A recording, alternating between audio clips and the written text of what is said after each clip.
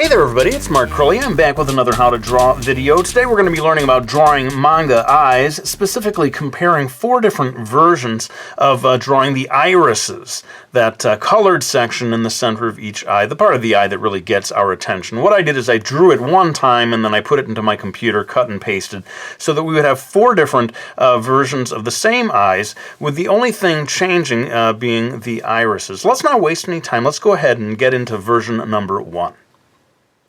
Okay, so this first version is going to be, I guess you'd call semi-realistic, going to try to get fairly close to real human anatomy. What I'm going to do, though, is to make the pupil quite small so that we have contrast with the later versions of the eyes in which the pupil will be considerably larger.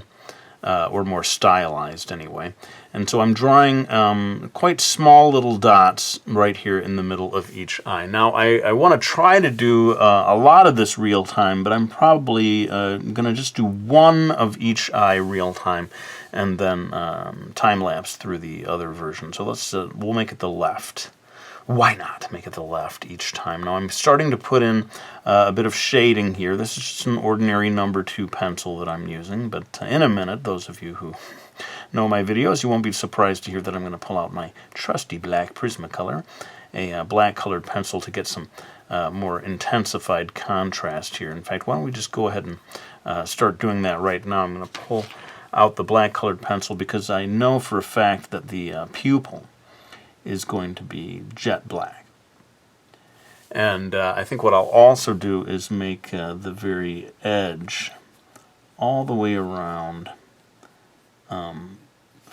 pretty dark, if not absolute jet black. And yeah, like I was saying, this is fairly close to real human anatomy, and what you see here is this little white dot over here serving as a highlight. Most manga eyes have some sort of highlight. And what it does is make the eye appear shinier. But you'll see some, especially with like shoujo manga, excuse me, that will have many, many different highlights. Sometimes as many as 4 or 5 different sparkly highlights that make the eyes look super shiny, highly stylized. And I found, actually, when I was working on Miki Falls, my first sort of manga-style project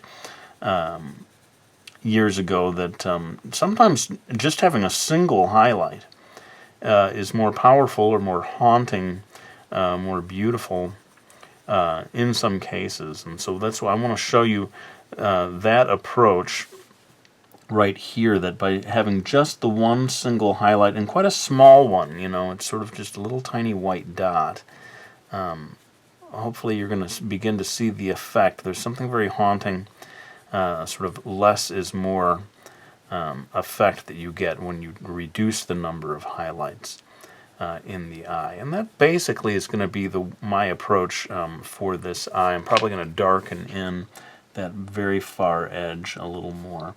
But what you're going to see me do next is to repeat this on the other eye.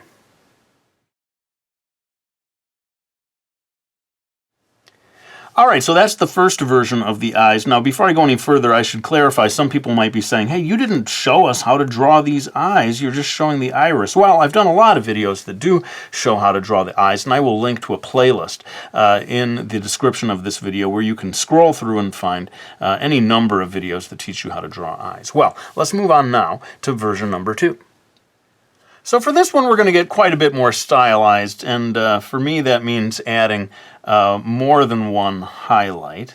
I'm going to put a large highlight up here on the upper right-hand side of each eye, and then a smaller corresponding highlight down here. Now that would be like reflected light. Maybe there is a white surface down below her face which is reflecting light back up at her. Another way of stylizing in terms of manga is to make the pupil larger than it typically is in real life. So I'm really going to town, making this one quite a bit larger than we did last time. I really want all 4 versions of this to be distinctive one from the other, so that's why you're going to see each element change in some way. Now I'm switching now to the trusty black Prismacolor, and going to go ahead and darken this in, and maybe just to do something different from what I did last time. I'll darken the edges and maybe leave just a little hint of white on the inside. Not white, but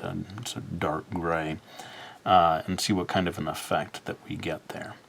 But you can already see that by making the pupil larger, you just have a slightly different feeling. To me, it becomes a little less haunting, maybe. It doesn't have that spooky look that you get when there's a tiny little pupil that I think somehow reminds me of animal eyes, or there's something about that. But of course, by adding not just one larger highlight, but a second reflective highlight at the bottom, this eye should appear a bit shinier, a bit more sort of classically manga. Now, what I'm going to do here is divide this iris into two sections. We're getting very stylized here by making this line so bold. But this is maybe reminiscent of the style that I used early on in Miki Falls, a much more kind of detailed style, and it even includes little lines that encircle the pupil, sort of spreading out like the spokes of a tire. And so every time that I would draw the eyes, I had to do all this stuff. It was a little bit time-consuming, but I was going for a certain type of effect, and it required getting all of these elements into place pretty much every time I drew the eyes, certainly in close-up anyway. But what's happening here is that this lower section remains fairly pale, whereas this upper section is shaded in considerably darker. And it, yeah, as you can see, it just creates quite a different effect from what we saw before. Now, in the interest of saving time, I'm going to go ahead and kick it into time-lapse and certainly do the other eye, but also kind of refine this eye a bit more before pronouncing it finished. So let's go ahead and take care of that.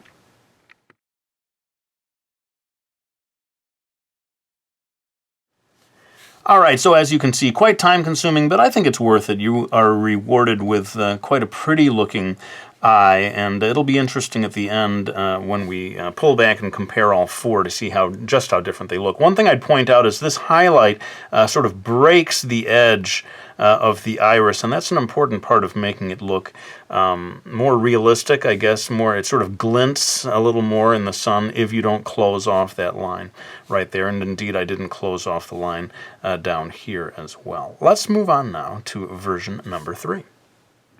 Alright, so this time we're really going to get into something quite stylized, and I've seen some artists do this. It creates a very interesting effect. That is to take the pupil, which is normally the darkest part of the eye, and to kind of leave it blank.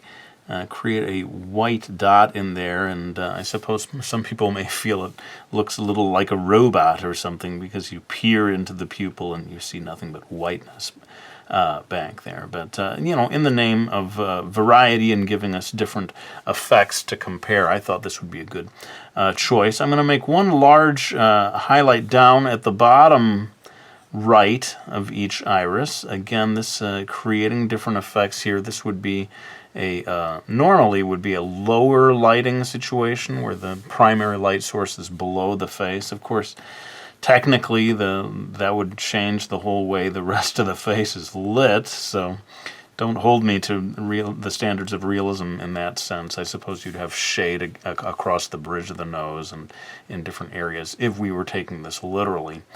As an indication of the light source coming from below, I think a lot of times in manga the use of the highlight is not necessarily meant to relate strictly to the true light source. It just becomes more of a stylistic thing. So I guess I'll go ahead and I'll finish shading in this area to give you the sense of how the pupil will indeed remain white. I have never actually used this technique, certainly not in a published comic, although, you know, in Brody's Ghost I had a ghost character who had no pupils.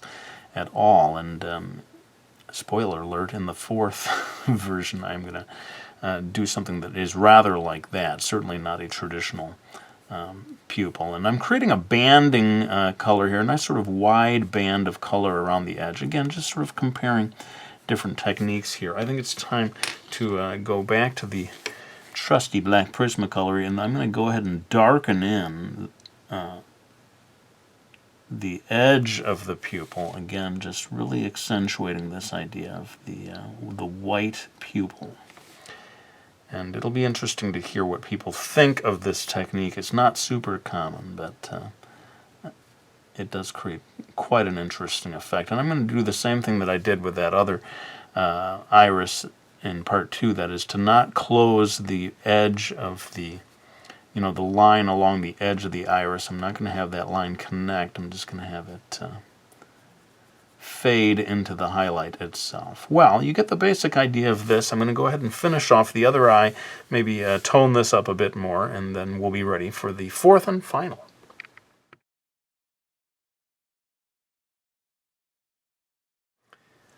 Alright, so sort of on the fly I decided to actually add a little bit of tone to this highlight. What was happening, I thought, was that because the pupil is white and the highlight is white, they were looking like kind of the same thing.